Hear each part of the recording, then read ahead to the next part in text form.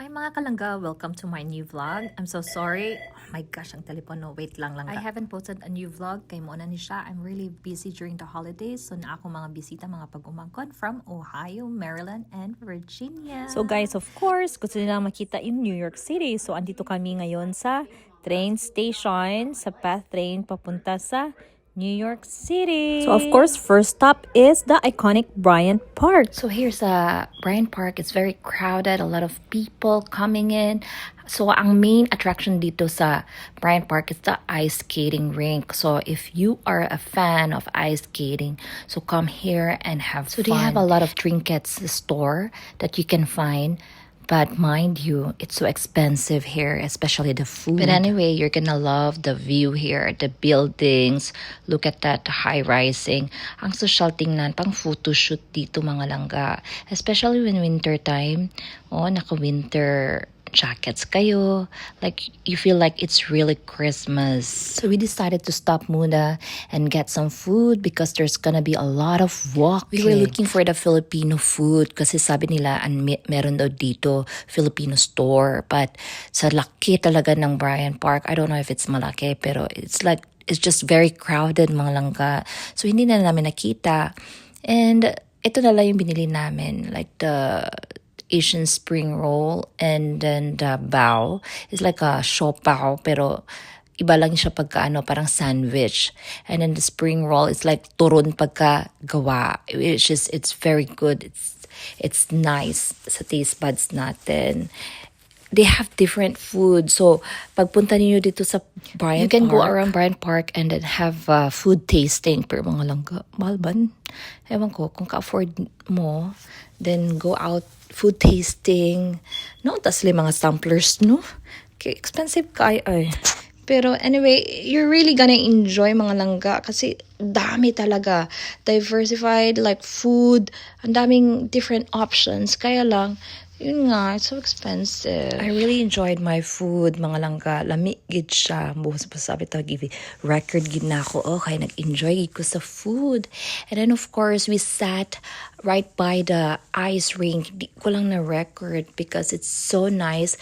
Nice dito na uupo ka lang, have coffee because the background is so amazing with the high-rising building. After I eat, tsaka ka lang na-notice, it's so cold here na kailangan ko ng tabunan yung ulo ko and then also my hands kasi it's so freezing. Dito during winter time, you really have to bundle up mga langga. So that ma-enjoy kayo maglakad-lakad, talagang bundle up jacket. So talagang makapal. Langga, bumalik talaga sila dun sa waffle na may chocolate. It's so expensive pero sige lang, one time lang naman. So ito pala na record ko, this is the ice rink. So dito kami umuupo lang, tas nakatingin sa kanila. Look at that, oh. Ang nice tingnan with the ice rink and then the building sa background. And here mga langga, ito yung mga stores na sasabi ko sa'yo na ang daming mga stores. Parang night cafe siya, mga langga. Ang dami mong options. Ang dami talaga. Like, look at that. Pang souvenirs. While I was walking here sa Bryant Park sa mga stores, I was wondering, paano kaya sumali dito? Magtinda din ako. Ay, kung meron kayong mga alam, day, kung paano join din dito na magtinda.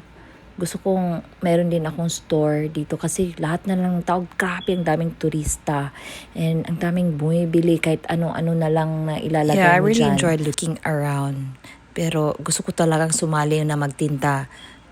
Seryoso ba ako ha? Kung meron kayong idea ba, let me know. Or kung may store kayo, pwede maki-join. Basta ha, just let me know. So, hindi na masyado kami nakaano kasi very crowded yung other parts of Bryant Park. So, we went to Rockefeller Tree. Of course, hindi mamimiss to. Mga langga, very crowded talaga. Hindi ka makaano kasi ang dami talagang tao. So, far lang talaga natingin dyan sa tree. Kasi ang puno ng tao. Tapos, they also have a ice rink here. Kung wala dun sa Bryant Park, pwede kayo dyan mag-ice rink. So, dito, mahilig yung mga tao mag-ice skating. Tapos yung taga dito, mga langga, parang traditional talaga nila na pupunta dito sa Rockefeller Tree and then ice skating sa mga family dito. Yan yung nanonotice. And of course, dugol rin sila mga langga after sa tree, dito sa Saks Fifth Avenue. Mga high-end siya langga na mga branded. If you want, you can go inside. Pero dito ang mga luxury bag nga inyong ginapangita na dyan sa sulod. And then beside it is the St. Patrick's Church. And of course, don't miss like going inside kasi pwede mo magpunta sa inside the church and just sit down, or you can attend the mass as well. So dito kami nag-rest muna. We sat down and then just rest for a while kasi mga langga, when you go to New York, it's just walking around, long walks talaga langga. That's why you wear your comfy shoes talaga. Yan talaga yung main na advice ko sa inyo, wear comfy Next up, shoes. Times Square. Oh, dito sa Times Square mga langga, ang daming nag-show sa side walk. Pero nabudol mi diri la mga langga. Abi na mag-unbox sila or whatever, exhibition, wala man day kasimple. Nya na ngay pasag mga kwarta isa-isa So kasi hindi kayo mangitag kwarta diri mga langga, ay ambak-ambak lang mo.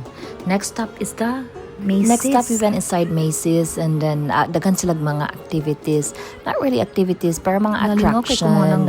You know, I love piano and I really enjoyed stepping sa piano. Oh, dugay kimi diri. Ambot lang na hurot among time diri, pero nag-enjoy gid kay ko as in come here sa Macy's and they have like a lot of activities and attractions. Nice gid kaayo ay. So guys, I wasn't really naka-record na ako with the rest of our trip kay tugnaw na gid kayo and I didn't have time to take out my phone. So until next time, nice kay ilahang decoration. Thanks for watching mga langga.